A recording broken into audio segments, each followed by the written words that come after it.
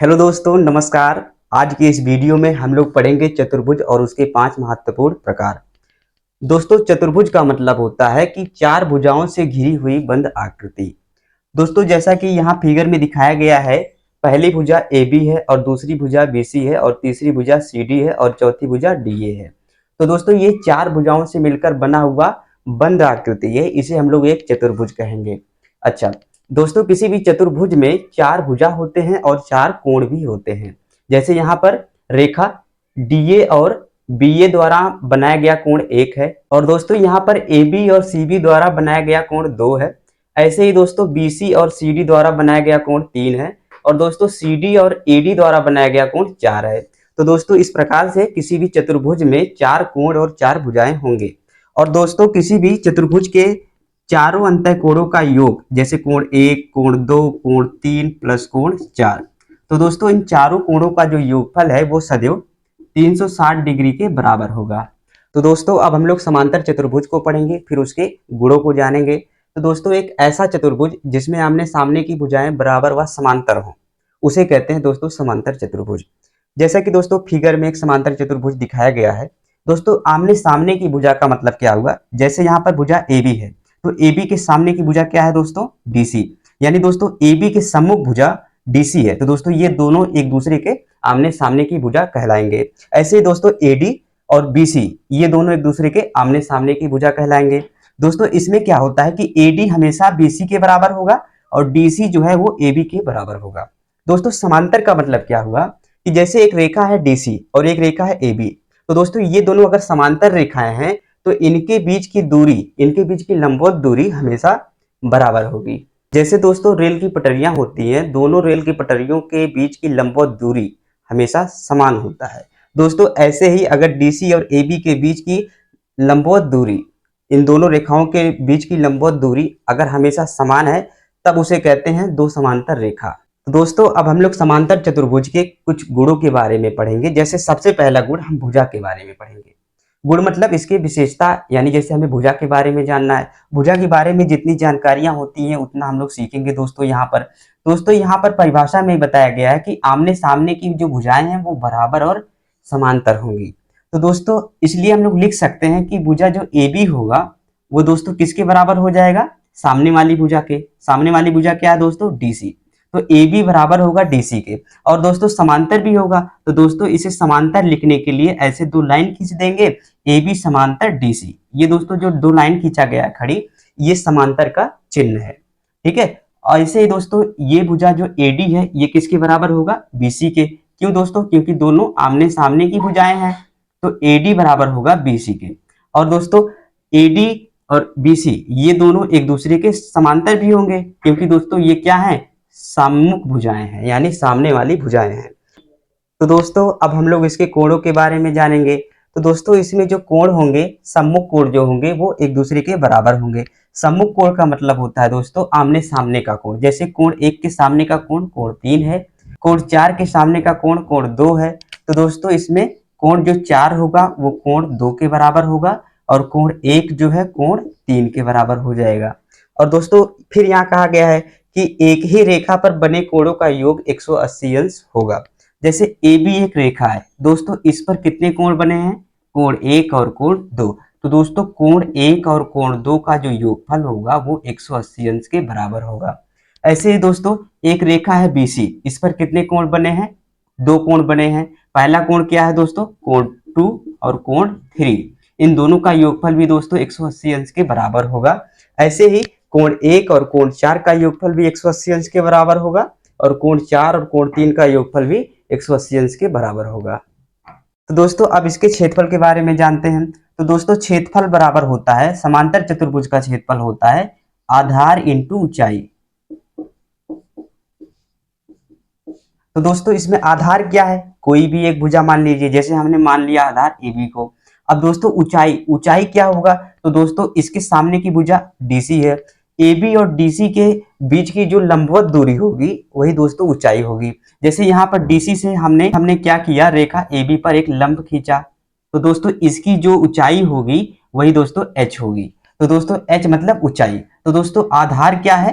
AB और ऊंचाई क्या हो जाएगा? H। दोस्तों यही हो जाएगा इसका क्षेत्रफल। मतलब दोस्तों एक ऐसा समांतर चतुर्भुज जिसकी ऊंचाई h हो और आधार दिया गया हो AB, तो दोस्तों जो उसका क्षेत्रफल होगा वो AB इंटू एच होगा। अब दोस्तों इसके हम परिमाप के बारे में जानेंगे। तो दोस्तों जो समांतर चतुर्भुज का परिमाप होता है वो चारों भुजाओं का माप होता है। किसी भी चतुर्भुज का दोस्तों जो परिमाप होगा वो चारों भुजाओं के योग के बराबर होगा। मान लीजिए दोस्तों इसकी जो लंबाई है x है, तो दोस्तों BC की भी लंबाई x होगी क्योंकि दोनों दोस्तों इक्वल हैं। ऐसे ही अगर BC की लंबाई हम y मान लेते हैं तो दोस्तों AD की जो लंबाई है ये भी y हो जाएगा। अब दोस्तों चारों भुजाओं को जोड़ लीजिए, वही इसका परिमाप हो जाएगा। तो जब जोड़ेंगे तो x प्लस वाई होगा और जो इसका मान हो जाएगा दोस्तों 2x प्लस वाई। तो दोस्तों अब हम लोग ये देखेंगे कि किसी भी समांतर चतुर्भुज के विकर्ण क्या होते हैं। तो दोस्तों किसी भी चतुर्भुज का जो विकर्ण होता है, जैसे इस चतुर्भुज में दोस्तों चार शीर्ष हैं ABCD, तो दोस्तों किसी भी दो सम्मुख शीर्ष को मिला दीजिए, मतलब ऐसे शीर्ष को मिला दीजिए जो आमने सामने हो। जैसे A के सामने का शीर्ष दोस्तों C है। अब दोस्तों यदि हम लोग क्या कर दें, A से C को मिला दें तो ये जो रेखा बनेगा AC, इसे हम लोग कहेंगे इस चतुर्भुज का एक विकर्ण। ऐसे दोस्तों B और D को मिला दें तो दोस्तों यहाँ से भी एक विकर्ण मिलेगा BD। और दोस्तों इनके जो विकर्ण होते हैं, समांतर चतुर्भुज के जो विकर्ण होते हैं, यहाँ पर जो एक बना इसे मान लीजिए इसे D1 कह दें और इस दूसरे वाले विकर्ण को D2 कह दें। तो दोस्तों ये जो D1 और D2 है, यहाँ पर ये दोनों एक दूसरे के बराबर नहीं होते हैं। मतलब समांतर चतुर्भुज में इनके जो विकर्ण होते हैं वो बराबर नहीं होते हैं। मतलब दोस्तों D1 not equal to D2। और दोस्तों दोनों विकर्ण एक दूसरे को समद्विभाजित करते हैं। दोस्तों ये आपस में बराबर नहीं होते हैं बट एक दूसरे को समद्विभाजित करते हैं।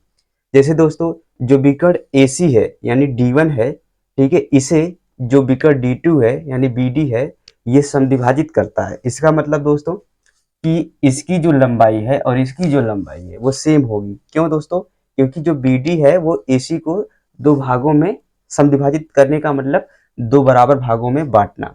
ऐसे ही दोस्तों अब दोस्तों BD रेखा को AC रेखा दो बराबर भागों में बांटेगी, तो दोस्तों ये वाला मान ये इसके बराबर हो जाएगा। मतलब दोस्तों इस पॉइंट को, इस केंद्र को अगर O माने तो OA की दूरी और OC की दूरी आपस में बराबर होगी और दोस्तों OD और OB की दूरी आपस में बराबर हो जाएगी। मतलब दोस्तों अगर A से C तक की दूरी यानी D1 का जो मान है वो 4 है, तो दोस्तों जो O से A तक की दूरी है ये 2 होगा, ये भी 2 होगा। ऐसे ही दोस्तों अगर B से D तक की दूरी 6 है, मान लीजिए 6 सेंटीमीटर है, तो ये भी 3 होगा और ये भी 3 होगा। तो दोस्तों अब हम लोग देखेंगे कि समलंब चतुर्भुज क्या होता है। दोस्तों यह एक ऐसा चतुर्भुज होता है जिसमें सम्मुख भुजाओं का केवल एक युग्म ही समांतर होता है। दोस्तों जैसा कि फिगर में दिखाया गया है, ABCD एक समलंब चतुर्भुज है। दोस्तों इसमें केवल एक ही ऐसा रेखाओं का जोड़ा है जो एक दूसरे के समांतर हैं। दोस्तों एक युग्म समांतर होने का मतलब कि एक ही जोड़ा ऐसा है जो एक दूसरे के समांतर है। तो दोस्तों इसमें AB जो है वो DC के समांतर है।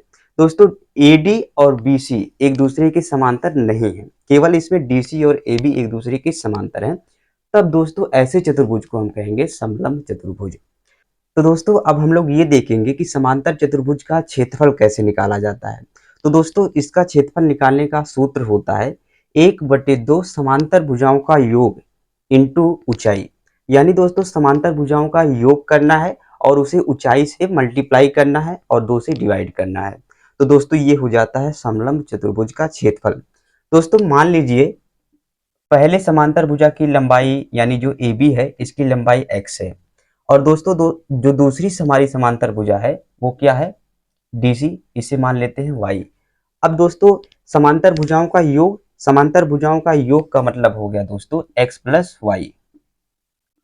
और दोस्तों इनटू में ऊंचाई का मतलब कि यहां से इस समांतर रेखाओं के बीच की लंबवत दूरी। तो दोस्तों लंबवत दूरी जब भी निकालना होगा तो किसी भी एक शीर्ष से सामने वाली भुजा पर लंब डाल देंगे। तो दोस्तों यहाँ पर 90 डिग्री का कोण बनेगा और ये जो लंबाई होगी इसे दोस्तों इस समलंब चतुर्भुज का ऊंचाई कहेंगे। तो दोस्तों ये हो जाएगा x plus y into h बटे में 2। दोस्तों ये हो जाएगा समलंब चतुर्भुज का क्षेत्रफल। अब दोस्तों हम लोग समलंब चतुर्भुज का परिमाप निकालना सीखेंगे। तो दोस्तों समलंब चतुर्भुज का जो परिमाप होता है वो समलंब चतुर्भुज के चारों भुजाओं का योग होता है। दोस्तों किसी भी चतुर्भुज का जो परिमाप होता है उसके चारों भुजाओं के माप के बराबर होता है, यानी चारों भुजाओं के योग के बराबर होता है। तो दोस्तों मान लीजिए इसकी जो भुजा ए बी है इसका मान x है और बी सी जो है इसका मान दोस्तों a है, और दोस्तों जो सी डी है इसका मान y है, और जो इसका भुजा ए डी है इसका मान b है। तो दोस्तों जो परिमाप होगा वो हो जाएगा x plus y plus a plus b। तो दोस्तों अब हम लोग ये देखेंगे कि एक आयत क्या होता है। तो दोस्तों एक ऐसा चतुर्भुज जिसमें आमने सामने की भुजाएं बराबर हों और प्रत्येक कोण समकोण हो। समकोण मतलब दोस्तों 90 डिग्री का हो, तब दोस्तों ऐसे चतुर्भुज को हम कहते हैं आयत। जैसा कि फिगर में दिखाया गया है कि ABCD एक आयत है। दोस्तों इसमें भुजाओं की विशेषता क्या होती है, जैसा कि दोस्तों परिभाषा में बता दिया गया है कि आमने सामने की भुजाएं बराबर होंगी। दोस्तों जैसा कि समांतर चतुर्भुज में होता है कि आमने सामने की भुजाएं एक दूसरे के बराबर होती हैं और एक दूसरे के पैरेलल भी होती हैं, ठीक उसी तरीके से दोस्तों आयत में भी आमने सामने की जो भुजा होगी वो एक दूसरे के बराबर होगी। यानी दोस्तों जो ए बी होगा वो DC के बराबर होगा, ए बी बराबर होगा दोस्तों DC के, और ए बी जो है वो पैरेलल भी होगा DC के। उसी तरीके से दोस्तों जो AD है वो BC के बराबर होगा, क्योंकि दोस्तों AD के सामने वाली भुजा क्या है BC, इसलिए AD बराबर होगा BC और AD जो है पैरेलल होगा BC के। अब दोस्तों इसके कोण के बारे में जान लेते हैं। तो दोस्तों जैसा कि हमने बता ही दिया कि प्रत्येक कोण समकोण होता है, इसका मतलब दोस्तों कोण A बराबर कोण B होगा, कोण C होगा बराबर में कोण D होगा, और ये सभी 90 डिग्री के बराबर होंगे। तो दोस्तों हम लोगों ने समांतर चतुर्भुज में पढ़ा है कि जो उसके विकर्ण होते हैं वो एक दूसरे के बराबर नहीं होते हैं। जैसे कि दोस्तों किसी भी दो शीर्ष को सामने वाले शीर्ष को आपस में मिला देंगे तो क्या बन जाएगा, एक विकर्ण बन जाएगा। जैसे हमने C को A से मिला दिया तो ये एक विकर्ण बन गया, ऐसे दोस्तों B और D को मिला देंगे तो ये दूसरा विकर्ण बन जाएगा। दोस्तों किसी भी चतुर्भुज में अधिकतम जो विकर्ण है वो 2 होंगे। अब दोस्तों इनके जो विकर्ण होते हैं ये बराबर होते हैं। दोस्तों हम लोगों ने समांतर चतुर्भुज में पढ़ा था कि इनके जो विकर्ण होते हैं बराबर नहीं होते हैं, लेकिन दोस्तों जो आयत है इसमें दोनों विकर्ण एक दूसरे के बराबर होंगे, मतलब दोस्तों AC बराबर BD होगा। और दोस्तों इनके जो विकर्ण है एक दूसरे को समद्विभाजित करते हैं। तो दोस्तों जिस प्रकार से समांतर चतुर्भुज के विकर्ण एक दूसरे को समद्विभाजित कर रहे थे, दोस्तों ठीक उसी प्रकार से आयत के विकर्ण भी एक दूसरे को 2 बराबर भागों में विभाजित करेंगे। दोस्तों जैसे यहाँ पर पहला विकर्ण है BD और दूसरा विकर्ण है AC। तो दोस्तों जो AC है वो BD को 2 बराबर भागों में बांट देगा। तो दोस्तों यहाँ पर एक दूसरे को काट रहे हैं तो हम मान ले रहे हैं कि ये पॉइंट यहाँ पर O है। तो दोस्तों O से B की जो लंबाई होगी वही O से D की लंबाई भी होगी। समद्विभाजित करने का मतलब है कि 2 बराबर भागों में बांटना। ऐसे ही दोस्तों ये जो BD है वो AC को 2 बराबर भागों में बांटेगी, तो दोस्तों ये हो जाएगा इसके बराबर। मतलब दोस्तों इसमें जो OA है वो किसके बराबर होगा, OC के, और दोस्तों जो OD है वो किसके बराबर होगा, OB के। लेकिन दोस्तों यहाँ पर हमने बताया कि इसके जो विकर्ण होते हैं वो बराबर होते हैं AC और BD। तो दोस्तों जब बराबर का आधा करेंगे तो दोस्तों वो भी तो बराबर होगा। जैसे मान लीजिए कि A से C की लंबाई 4 है टोटल, तो दोस्तों ये 2 बराबर भागों में जब तोड़ेंगे तो ये 2 हो जाएगा और ये 2 हो जाएगा। दोस्तों अगर इसकी लंबाई 4 होगी तो दोस्तों इसकी लंबाई भी तो 4 होगी। क्यों दोस्तों, क्योंकि जो इसके विकर्ण है दोस्तों वो बराबर होते हैं, तो इसकी भी लंबाई 2 हो जाएगी और इसकी भी 2 लंबाई हो जाएगी। तो दोस्तों इस प्रकार से इसमें क्या हो जाएगा कि OA बराबर OC और OD बराबर OB। तो दोस्तों ये चारों एक दूसरे के बराबर हो जाएंगे। तो दोस्तों यदि आप इसके विकर्ण का मान ज्ञात करना चाहते हैं तो दोस्तों कोण ABC, दोस्तों यहाँ पर B जो होगा वो 90 डिग्री का होगा। तो दोस्तों यदि हम ABC देखें तो ये एक त्रिभुज बनेगा और इसमें एक कोण समकोण है। तो दोस्तों यहाँ पर हम पाइथागोरस प्रमेय लगा सकते हैं। मान लीजिए दोस्तों इसकी जो लंबाई है L है और दोस्तों जो चौड़ाई है वो B है। तो दोस्तों पाइथागोरस प्रमेय से AC बराबर क्या हो जाएगा, AC बराबर दोस्तों हो जाएगा, AC बराबर हो जाएगा अंडर रूट L का स्क्वायर प्लस B का स्क्वायर। दोस्तों यही जो AC है यही हो जाएगा विकर्ण का मान। दोस्तों AC बराबर BD होगा, अतः दोनों विकर्णों का मान L square plus B square होगा यदि इसके लंबाई L हो और चौड़ाई B हो। अब दोस्तों हम लोग ये देखेंगे कि आयत का क्षेत्रफल क्या होता है और आयत का परिमाप क्या होता है। तो दोस्तों जो आयत का क्षेत्रफल होता है वो होता है लंबाई गुणित चौड़ाई। तो दोस्तों यदि आयत की लंबाई को हमने L मान लिया और इसकी चौड़ाई को B मान लिया तो इसका जो क्षेत्रफल हो जाएगा वो L इंटू B हो जाएगा। दोस्तों आयत का जो क्षेत्रफल है वो लंबाई गुणित चौड़ाई होता है। अब दोस्तों हमें क्या निकालना है, आयत का परिमाप। तो दोस्तों जो किसी भी चतुर्भुज का परिमाप हो तो दोस्तों वो चारों भुजाओं का योग होता है। तो दोस्तों आयत का परिमाप क्या हो जाएगा, इसके चारों भुजाओं की योग। तो दोस्तों ये अगर L है तो आयत में आमने सामने की भुजा बराबर होती है तो ये भी L होगा और ये क्या हो जाएगा दोस्तों, ये हो जाएगा B। अगर ये B है तो ये भी B हो जाएगा। तो दोस्तों जो इसका परिमाप होगा वो क्या हो जाएगा, L plus B plus L plus B, क्योंकि दोस्तों सबको जोड़ लेंगे तो 2L प्लस 2B। दोस्तों यहाँ से 2 कॉमन ले लेंगे तो L प्लस B बचेगा। दोस्तों L क्या है, लंबाई, और B क्या है, चौड़ाई। तो दोस्तों अब हम लोग ये देखेंगे कि वर्ग क्या होता है। दोस्तों वर्ग एक ऐसा चतुर्भुज होता है जिसमें चारों भुजाएं बराबर एवं प्रत्येक कोण समकोण हो। दोस्तों अभी जस्ट इसके पीछे हमने पढ़ा आयत।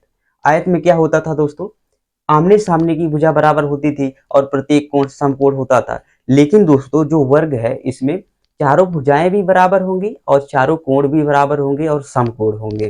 दोस्तों यहाँ फिगर में दिखाया गया है एक वर्ग, मतलब दोस्तों अगर इसकी भुजा क्या है, A है, अगर AB भुजा की मान A है तो BC का मान भी A होगा और दोस्तों जो DC है इसका भी मान A होगा और इसका भी मान A होगा। तो दोस्तों इसमें जो भुजा होंगी वो सभी भुजा एक दूसरे के बराबर होंगी, यानी दोस्तों AB बराबर BC बराबर CD बराबर DA। और दोस्तों इसमें भी जो आमने सामने की भुजाएं होंगी वो एक दूसरे के समांतर होगी, जो फिगर में दिख रहा है दोस्तों। AB दोस्तों किसके समांतर होगा, DC के। तो यहाँ पर हम लिखेंगे कि AB जो है पैरेलल टू DC। और दोस्तों जो AD है वो किसके पैरेलल होगा, BC के। तो दोस्तों जो AD होगा वो पैरेलल होगा BC के। अब दोस्तों कोण के बारे में देख लेते हैं कि इसके कोण क्या होंगे। दोस्तों यहाँ परिभाषा में लिखाया गया है कि प्रत्येक कोण समकोण होता है, यानी दोस्तों अगर कोण A को देखें तो कोण A बराबर कोण B बराबर कोण C कोण D और बराबर में 90 डिग्री। यानी दोस्तों इसमें चारों कोण बराबर होंगे और प्रत्येक क्या हो जाएंगे, समकोण। अब दोस्तों इसके विकर्ण के बारे में देख लेते हैं। तो दोस्तों आमने सामने वाले को सी को मिलाएंगे तभी विकर्ण बनेगा, इसको इससे मिला दिया हमने। तो दोस्तों ये जो कटान बिंदु आया इसका नाम हमने O दे दिया।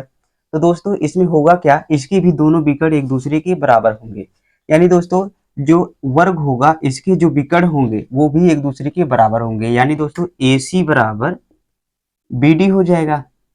तो दोस्तों अभी इसके जस्ट पीछे हमने पढ़ा आयत के जो विकर्ण होते थे वो एक दूसरे के बराबर होते थे और एक दूसरे को समद्विभाजित करते थे। दोस्तों ठीक इसमें भी है कि इनके भी विकर्ण एक दूसरे के बराबर होंगे और एक दूसरे को समद्विभाजित करते थे। तो जैसे दोस्तों हमने वहां किया था कि OA बराबर क्या हो जाएगा, OC के, और दोस्तों जो OD है वो OB के बराबर हुआ था। और हमने देखा था चूंकि ये दोनों विकर्ण आपस में बराबर हैं इसलिए इनका आधा आधा भी बराबर होगा। अतः दोस्तों हम लोग लिख सकते हैं कि OA बराबर OC बराबर OD बराबर OB।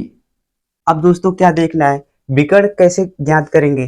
तो दोस्तों इसके जो विकर्ण होते हैं उसका एक फार्मूला होता है, विकर्ण बराबर होता है भुजा इंटू √2। यानी दोस्तों जो भुजा होगा उसमें √2 से मल्टीप्लाई कर देंगे तो वही हमारा विकर्ण हो जाएगा। तो दोस्तों अब हम लोग ये देखेंगे कि वर्ग का क्षेत्रफल क्या होता है।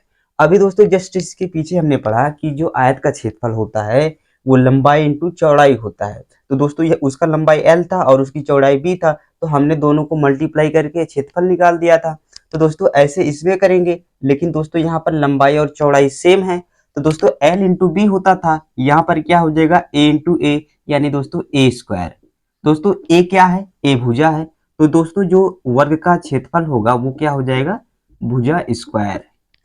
अब दोस्तों जो परिमाप होगा वर्ग का वो क्या होगा, दोस्तों वर्ग का परिमाप होगा चारों भुजाओं का योग।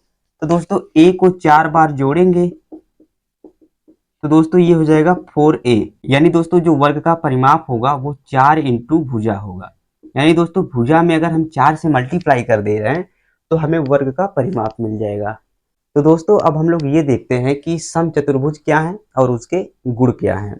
तो दोस्तों एक ऐसा चतुर्भुज जिसमें चारों भुजाएं समान हों तथा विकर्ण एक दूसरे को 90 डिग्री पर काटते हों, उसे कहते हैं दोस्तों समचतुर्भुज। जैसा कि फिगर में दिखाया गया है, इसमें दोस्तों ए बी सी डी एक चतुर्भुज है, इसकी प्रत्येक भुजा की लंबाई ए है और दोस्तों इसके जो विकर्ण हैं वो 90 डिग्री पर काट रहे हैं। इसके कटान बिंदु को हमने ओ माना है। अब दोस्तों सबसे पहले हम लोग जानेंगे कि इसकी भुजाएं क्या हो जाएंगी। तो दोस्तों जो इसकी भुजा होगी वो सब सेम होगा, यानी दोस्तों हर भुजा एक दूसरे के बराबर होगा। मतलब ए बी बराबर हो जाएगा बी सी के, और डी सी बराबर में, और दोस्तों बराबर में हो जाएगा डी ए, और सबके बराबर में आ जाएगा ए। यानी दोस्तों इसके जो सभी भुजा होंगे वो एक दूसरे के बराबर होंगे।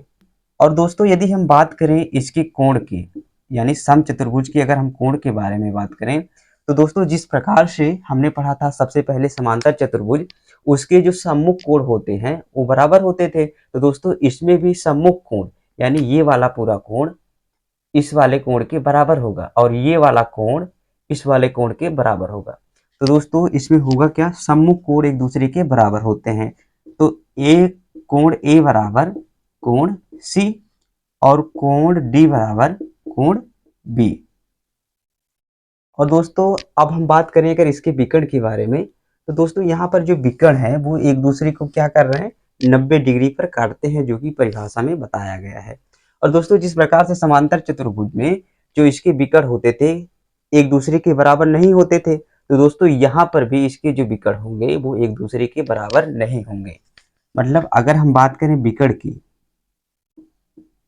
तो विकर्ण बी डी बराबर नॉट होगा इक्वल AC के। और दोस्तों जिस प्रकार से समांतर चतुर्भुज में विकर्ण जो है एक दूसरे को समद्विभाजित कर रहे थे, मतलब अगर ये OD है तो इसकी जो लंबाई होगी वही OB की लंबाई होगी, और दोस्तों जो OA की लंबाई होगी वही OC की लंबाई होगी। तो दोस्तों ये काम इसमें भी होता है, यानी दोस्तों हम लिख सकते हैं कि OA बराबर OC होगा, और दोस्तों जो OB है वो किसके बराबर होगा, OD के। तो दोस्तों अब हम लोग ये देखेंगे कि समचतुर्भुज का क्षेत्रफल क्या होता है। तो दोस्तों मान लीजिए कोई समचतुर्भुज दिया हुआ है, उसमें दोस्तों जो पहला विकर्ण है वो AC है और दूसरा विकर्ण BD है। तो दोस्तों मान लीजिए BD विकर्ण इसकी लंबाई D1 है और AC विकर्ण इसकी लंबाई D2 है। तो दोस्तों D1 और D2 को मल्टीप्लाई कर देंगे और 2 से डिवाइड कर देंगे, तो दोस्तों यही हो जाएगा इस समचतुर्भुज का क्षेत्रफल। और दोस्तों जब परिमाप निकालने की बात आएगी तो दोस्तों चारों भुजाओं को जोड़ेंगे तो ए 4 बार हो जाएंगे, ये तो 4a हो जाएगा, और दोस्तों ये हो जाएगा इसका परिमाप। यानी दोस्तों जो इसका परिमाप होगा वो होगा 4 गुणे भुजा, और दोस्तों जो इसका क्षेत्रफल होगा वो होगा विकर्णों का गुणनफल बटे 2। तो दोस्तों आज की वीडियो का लास्ट टॉपिक हम लोग देखेंगे कि चक्रीय चतुर्भुज क्या होता है। तो दोस्तों यदि किसी चतुर्भुज का चारों शीर्ष किसी वृत्त के परिधि पर स्थित हो, तब दोस्तों इसे हम कहेंगे चक्रीय चतुर्भुज। इसमें दोस्तों जो सम्मुख कोण होते हैं, यानी आमने सामने के जो कोण होते हैं वो एक दूसरे के बराबर होते हैं। दोस्तों ऐसे ही ये जो कोण होगा वही कोण ये हो जाएगा,